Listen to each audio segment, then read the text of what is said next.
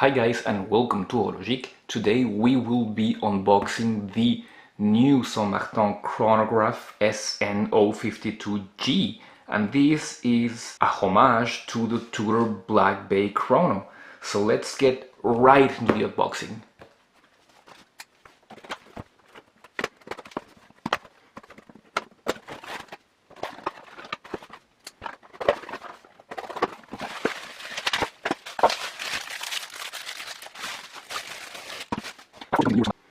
As you can see, the good thing about this box is that the lid looks like a rotating bezel, which is pretty cool actually. So let's rotate the bezel counterclockwise. Alright, let's discover the watch. Here it is. Let's zoom in a little bit. Does look like a very cool watch. Inside the box you just get the warranty card and some tools that are in there. So I have removed all the plastics and here is the watch.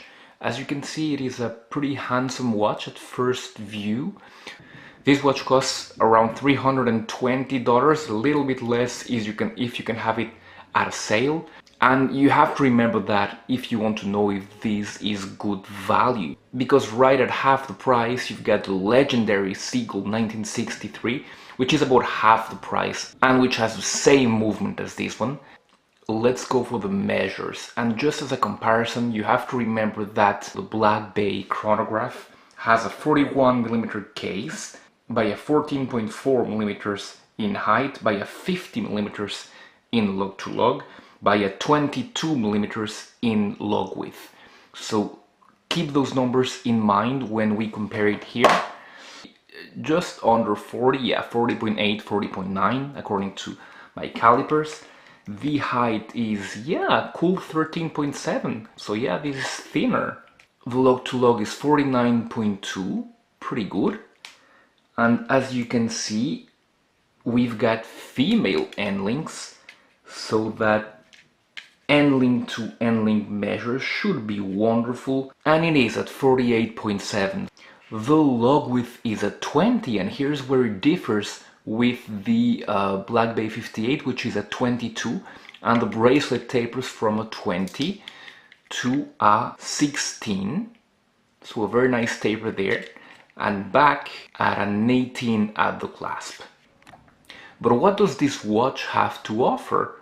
Well, first of all, let's talk specs. As I told you, you've got the appreciated Seagull ST1901 movement in here, and that is a column wheel chronograph produced by Seagull and that derives from the Venus 175 from the 1950s. I talk about these on my Seagull 1963 video, so if you want to know more about that chronograph, please do check that video in here.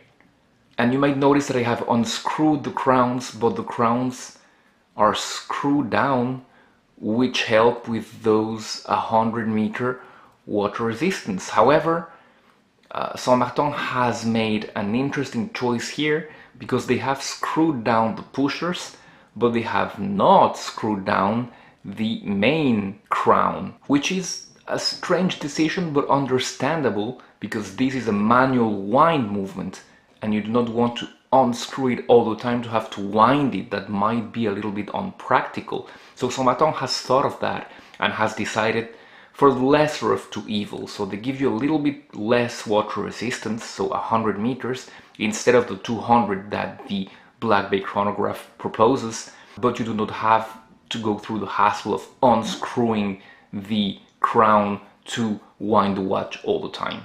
The movement is one of the highlights of the watch. However, my first criticism would come from the fact that you cannot see the movement.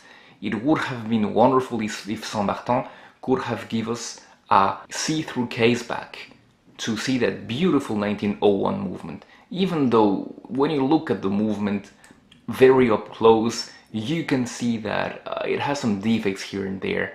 But without a loop or without looking at it from too close, it is a beautiful movement though. Okay, let's see how that movement operates. I have unscrewed the pushers, so let's go. Yes, the difference with a cam chronograph and a column wheel chronograph is that on these kind of chronographs you do feel a mechanical push. It is very present and very good. So we stop and we reset, and the reset on the whole mechanism is very good. I do feel that the pusher here, the start pusher, is much, you do really have to apply much more force than when resetting it. It resets much easier.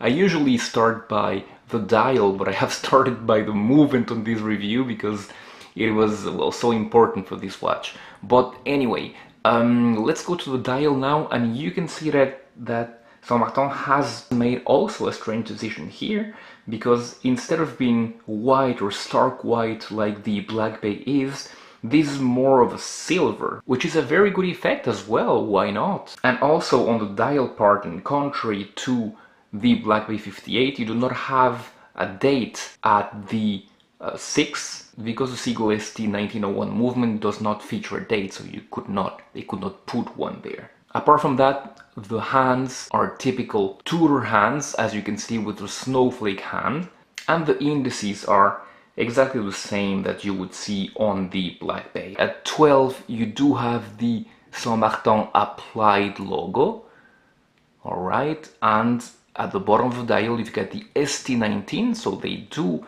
tell you that you've got a Seagull ST19 movement. They do know that watch geeks do like this movement, and you've got the water resistance underneath.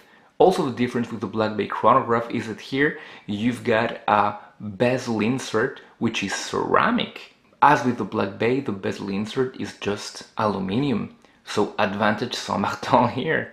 As for the finish, as you can see, you've got a beautiful chamfer running all through the lugs, and you've got a very nice circular brushing all over. We'll see that more on the full review. And of course the sides are horizontally brushed, and the brushing is flawless, as it is usual with Saint Martin watches, as are the polished chamfers. Very good, very handsome here. Another difference with the Black Bay chronograph would be the bracelet. The bracelet is still an oyster style bracelet, as it is with the Black Bay chronograph, but here it is not riveted, and thankfully Saint Martin have not followed Tudor on that way. Last year Saint Martin released their GMT models which had rivets, and this does not, so that is a very good decision. They are listening to feedback. The links are solid, the end links are solid as well, of course, and they were held together by screws. The clasp is the same that Saint Martin has been giving us lately, with their embossed logo in here, and a very fine vertical brushing here, and flanked by two polished chamfers. That is very, very good, and you've got a double security to open it, and you open it to solid elements. Of course, you are entitled to expect all these at the price point.